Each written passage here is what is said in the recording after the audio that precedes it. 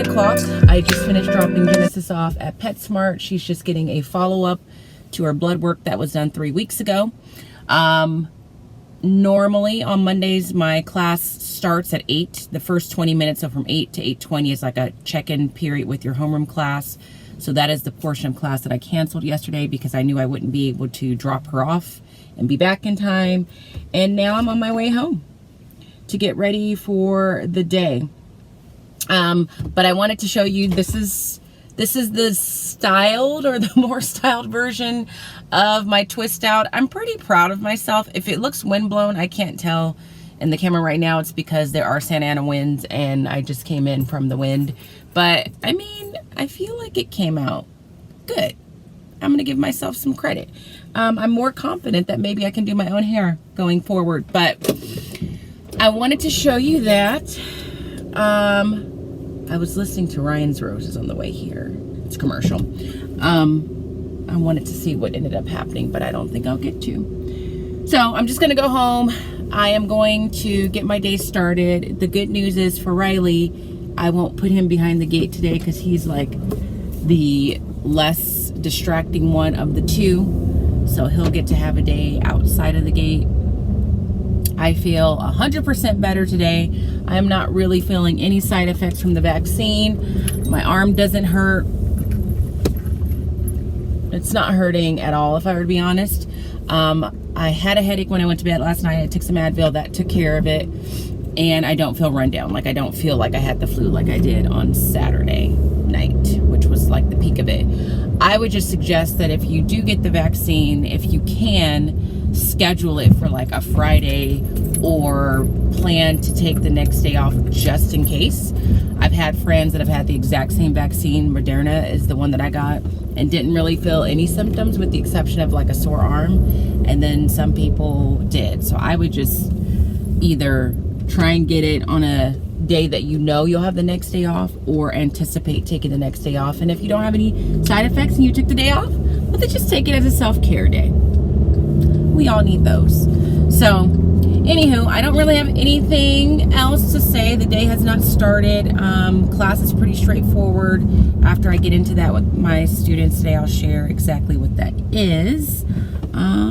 So yeah, the start of another week.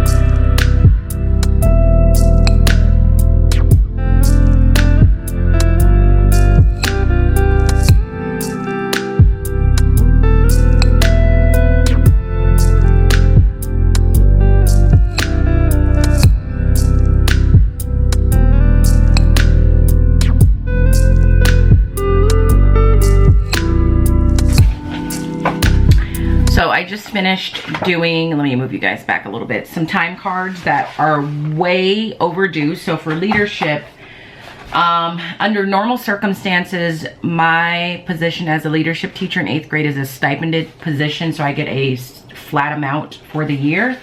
But with pandemic life, that changed a little bit. That was one of the things we negotiated. So we have to time card ourselves each time we have a meeting. And I did have the option of not doing leadership, but I chose to, and there's a part of me that regrets it because it's just an added stress. I think I said that last week. So I was supposed to submit time cards on a monthly basis, and I just didn't. A, because I just wasn't thinking about it, and B, I don't want to get paid like 1 hour at a time. But mostly because I just, on the list of things to do, it was low. So I just finished completing all of those. I need to drop those off to the school today. And now I'm getting ready to get started with my switch class. So I feel like what I prepared yesterday in terms of getting the kids ready for the chapter of Boy in the Striped Pajamas that we're going to read worked really well. I also think doing the quick lesson from vocabulary on what fables are was very helpful. So we did that. We did the read and respond activities together, and I will try and show this to you after this next class, but the next class is going to start literally in a couple minutes. So we did the we did the vocabulary video and then the read and respond together. And then I just verbally told them a little bit about the story, The Boy in the Striped Pajamas, and let them know that I was going to show them some movie clips to kind of set the stage for the chapter that we are going to be reading together. But prior to that, I did have them annotate for vocabulary. I almost forgot. This is always the first step that I have them do. So you can see there's bolded words. In this story, there's 5 bolded words. So I give them about 7 minutes to work independently, highlight each of the bolded words, use the context clues to figure out what, or to come to some logical conclusion, I should say, as to what the words mean. And then we share out those meanings before we read the story. But in this case, before we read the excerpt of the story, we're gonna watch those movie clips to kind of set the stage. There's some other things I want to share about what my plan is for this story, but I'm short on time. But I will share it after my second class. So just wanted to check in. And I also want to ask you guys, is there anyone out there who has a Nescafe? I have a Keurig. And lately I've just been feeling like my coffees are pretty weak. Like I want them to be stronger somehow. My brother and his wife swear they just recently got a Nescafe and swear it's just such a game changer. One other person said that as well. So if you're someone that had a Keurig before and then you switched over to a Nescafe, is it really worth it? Is it really that big of a difference? Because right now, or at times I feel like I'm just drinking flavored water, like brown flavored water with my Keurig, which sounds gross, but that's what I feel like. Anyway, let me let these kids in. Let me get another class session started, and I will check in with you guys later on. Welling? Mm-hmm. Hold on. Let me try to find like some context clues. Good idea. Good idea.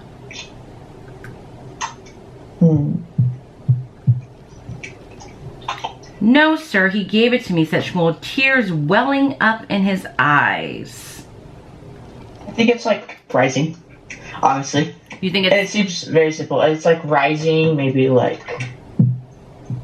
Yeah, rising. Mm-hmm. Like tears rising up, or maybe it's like... It's that point where you are about to cry and the tears are going to come out, but they haven't quite gotten there yet. Like it's that point where you can see someone and you can tell they're about to cry because their eyes are very watery, but they haven't fully begun to cry. So welling does mean that, like filling up, rising, all of that would be correct. So what I'm gonna do right now is I'm gonna play you the preview video on Study Sync that just kind of helps to acclimate you to the particular section that we're going to read. And then after that, I'm going to play you, I believe I'll have enough time to play you 2 movie clips. And I want you to just kind of observe what you see in the movie clips to kind of help you get a sense of who the main characters are. Okay, so first is going to be Study Sync, and then I'm going to show you a couple movie clips. Let me share my screen. That would be helpful. The German countryside, World War II. Find out. Read The Boy in the Striped Pajamas, a fable by John Boyne. Okay, so before I show you the clips, I want you to make sure you understand that this story is taking place during World War II. Like we are in the thick of it with World War II. Hitler is in power. The Jewish people are being collected, sent off to concentration camps. We're right in the middle of that. So like I said, what we're going to read is really like in the middle of this book. So you don't have a lot of background information on the 2 main characters who are Bruno and Shmuel. And I need you to kind of know about who they are and where they come from so that when we finish this, we can maybe discuss why the author decided to refer to this story as a fable. I am going to warn you that if you plan on reading this book, more than likely I'm going to ruin the ending for you because we kind of need to know the ending to understand the message. But if you know the ending, don't ruin it for anyone else just yet. But it is the story that's on the sadder side. So I'm going to show you this first clip, and I'm not going to say too much because I want you to tell me what you notice about the characters and what the situation and family life seems to be of the young boy that you're going to meet right now, which is going to be Bruno. Does everybody understand what you're looking for? Okay, by the time the clip ends, you should be able to tell me a little bit about who Bruno is, what his family life is like, stuff like that. Children, be angels, will you? Awesome food. Okay, who can share just what are some things that you noticed about the family, about Bruno? Like, what are some inferences that you can make about this particular family and their situation? Well, they're clearly rich and they're a military family, and they're very well liked because they have a lot of people there to celebrate his promotion. Yeah. And then oh, go ahead. Sorry. Bruno seems pretty attached to where he's living now, with like a lot of people there and a lot of different kind of just a lot of people around, and different neighbors. Doesn't really want to be way out in the country. Yeah. So you should be able to infer that this family is very wealthy. They have a very large home. They have servants that are helping. It's a military family, so they're having this dinner party because the dad has just gotten a promotion. He's moving up in the ranks of his military life.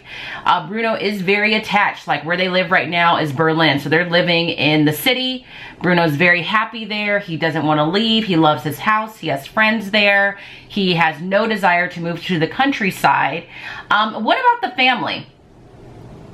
In general, does the family seem excited about this change? Are they proud? Is this a good thing in the eyes of the family? Braden, what did you notice? Well, like, they kind of talked about how it's, like, kind of a good thing, but, like, the way that they were kind of saying it made it sound like they weren't super enthusiastic about it. Mm-hmm. So I feel like they were kind of like, yay, this is a good thing because he's like moving up in rank, but then it's kind of sad for like the kids because they have to lead their family, but their mom's kind of trying to make it sound better, so it's like something that they should be for. Yeah, so that's a good assessment. Like, it's a good thing, but they know in the process they have to make some sacrifices, and those sacrifices are kind of not what they want to do, but it's for like the greater good of the family, the greater good of the country. Do they seem to have any, because the Holocaust is happening, like Jewish people are being sent away at this point. Do they seem to have any sort of like guilt about it, awareness about it, shame about it? Did that seem present at all? No, like this is just a positive thing in general. Have you ever been in one of those meetings where it's just everybody's like talking their ideas out loud, and then you get to a point where you're like, you feel like we're all talking in circles and we're just not getting anywhere? That was a meeting I just had. And I guess it's really no one's fault. It's just like the nature of like trying to adjust to life during a pandemic. But we just had a PLC meeting, but it was the language arts team and the math team together, trying to talk through some end of the year activities for the 8th graders, and their activities and promotion. And I don't have any valuable input because I have never experienced or witnessed an 8th grade promotion, so I don't feel like I have anything useful to offer. I've only done promotions for 5th grade, and we were not dealing with the pandemic and all of that, so I just was like, I don't know. Like, what? Make it stop is what I wanted to scream. Okay, so that's over. I also was running a leadership meeting simultaneously to that. 2 out of the 4 of those students showed up to that meeting, which is disappointing. So let me finish talking about what I don't remember where I left off as far as Boy in the Striped Pajamas.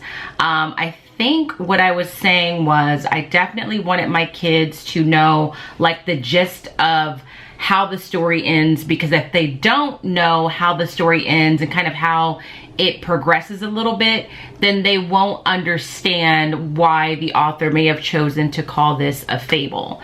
So today I showed them the clip that shows, that just introduces them to Bruno and his family, and they're able to see that the family is well-to-do. Like, the father is very high up in the military. And so the first clip that I show them is the family having a party to celebrate this promotion, and the dad sitting the family down to talk about how they're going to move to the countryside because he's gotten this promotion. The second clip is when Bruno meets Shmuel for the first time and doesn't really understand like where Shmuel is and why he's there. And we kind of talk about why Bruno is so naive and why he wouldn't understand these things, and seeing that first clip kind of helps them to understand that he's just oblivious to what's going on in the world because he's living this privileged lifestyle. And also I want them to see at that point people like the mom and the daughter, like no one really thinks anything terribly about what's going on because they don't really fully know, because we know at this point there was a lot of propaganda showing concentration camps as like these, you know, pleasant places to be. So we looked at those two clips today. Tomorrow we will read the chapter that's in Study Sync, and then I'll show them the depiction of it in the movie. And then once we've talked through that a little bit, I'll eventually show them the ending of the story so that we can then talk about, well, what's the moral? You know, what was the message of this story? And hopefully they get to the point where they realize the moral is that, you know, these children are innocent and they come from two different backgrounds, and they found friendship and a bond with each other despite one being Jewish and one not. And so the hate that was directed towards the Jewish people had to have been taught. So I think that's what I wanted to share. I feel like there was something more deep and in depth that I wanted to share, but that may have just been it. So that's as far as we got today. Tomorrow we will read the actual excerpt and talk about it a little bit more. I am done teaching for the day. And so now, first and foremost, I need to know if I have a staff meeting today or if I have a staff meeting on Thursday, because I have an IEP on Thursday, but the IEP is scheduled for the exact same time as the staff meeting. And my partner teacher asked about that when this meeting was originally scheduled, but she was told, no, that meeting is not going to be on Thursday the 25th. It is going to be on Monday the 22nd, which is today. But when I talked to a different assistant principal yesterday, she was referencing the staff meeting being on Thursday. So I don't know if I have a staff meeting today or Thursday. So I need to get that figured out. And I finished my time cards. I'm going to drop those off. And then there's like paperwork that I always have to do on Mondays. I have to submit my attendance forms from last week. And I need to get some grading done. And then I have an interview. This I'm looking forward to. I have an interview at 4 o'clock with some high school students that want to interview me about microaggressions. That's all I know.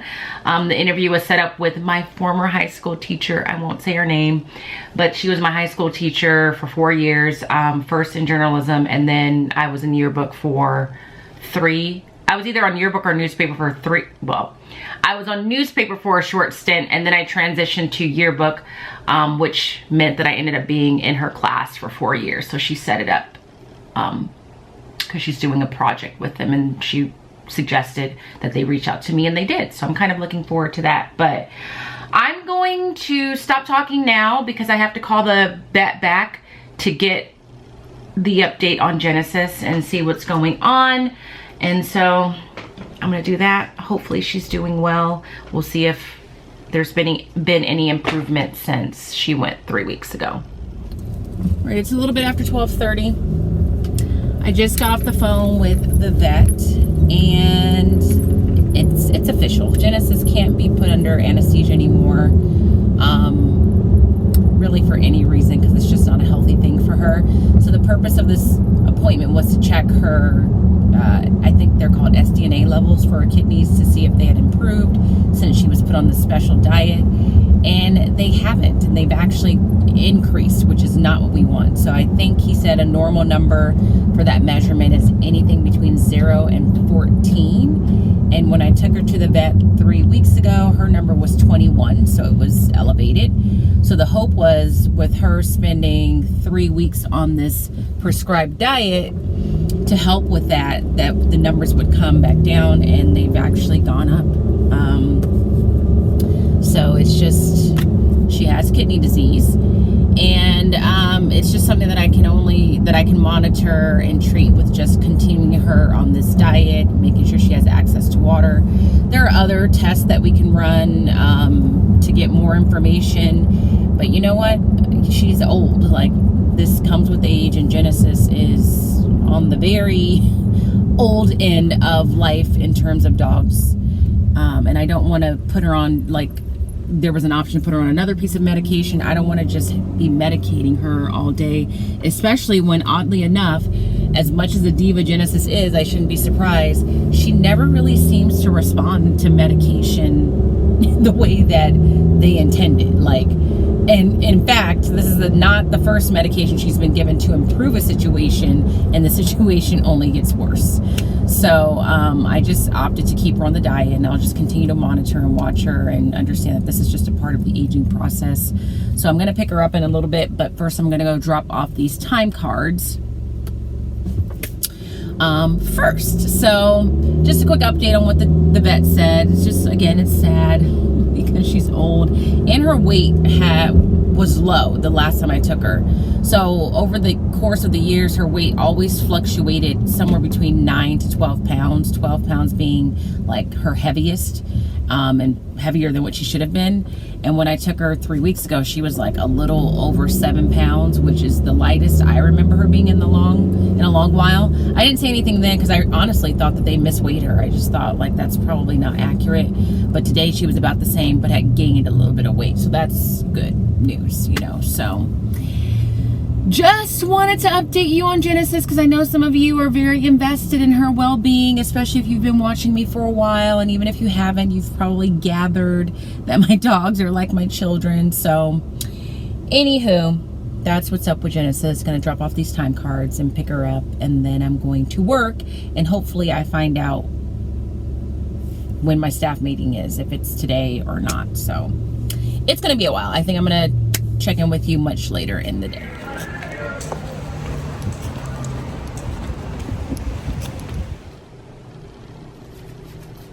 Alrighty, I'm here. I'm gonna close out the vlog. Did I talk to you after I picked up Genesis? I think so. I think I did. So I've been home for a few hours getting everything ready for tomorrow. And I just finished interviewing with a couple of high school students that are really, I think I mentioned this, they're doing this really great project with with PBS NewsHour. And so I just finished the interview with them on microaggressions and my experiences when I was younger and into adulthood. So that was really great. And prior to that, I, aside from getting ready for tomorrow, had to merge my grade books, hopefully for one last time. Because technically I am a hybrid teacher, I had a total of 10 grade books. Even though I really only have 2 core groups of students, a leadership class, and like a small group of students called Hawk Academy. In other words, there's no reason why I should have 10 grade books. The only reason I had 10 is because they were separated by homeroom AM, homeroom PM, language arts AM, language arts PM, switch language arts AM, switch language arts PM. And that is a nightmare. And so my friend Taylor helped me the first 2 trimesters figure out how to merge them so that they're all just one group, like one homeroom class, one switch class. So I just did that, and that took a while because you have to be very careful and make sure you're merging things correctly. And now what I think I'm going to do is grade. Is get some grading done. I don't have to cook, so I want to get some grading done. I'm further behind where I want to be. And I got a ring light, so I'm testing this. It's on right now. I'm testing it out because normally during this time of day the lighting is pretty bad, and when I do the panel on Friday for the Equity and Human Rights conference through CTA, I will be doing it in my office, and I don't want to I don't want the lighting to be bad. So I bought a ring light from Amazon, and the directions for it are not the best. But I think I figured it out. So anywho, I feel like I'm rambling, so I'm gonna go ahead and close the vlog here. I hope that you enjoyed following me around on this Monday morning. If you enjoyed it, please give it a thumbs up. If you're not subscribed, make sure you subscribe. Not following me on Instagram, make sure you do that. And I think that's it. So as always, I hope that you are well, and if you are not well, please be well, and I will be sure to see you guys in tomorrow's vlog. See you then.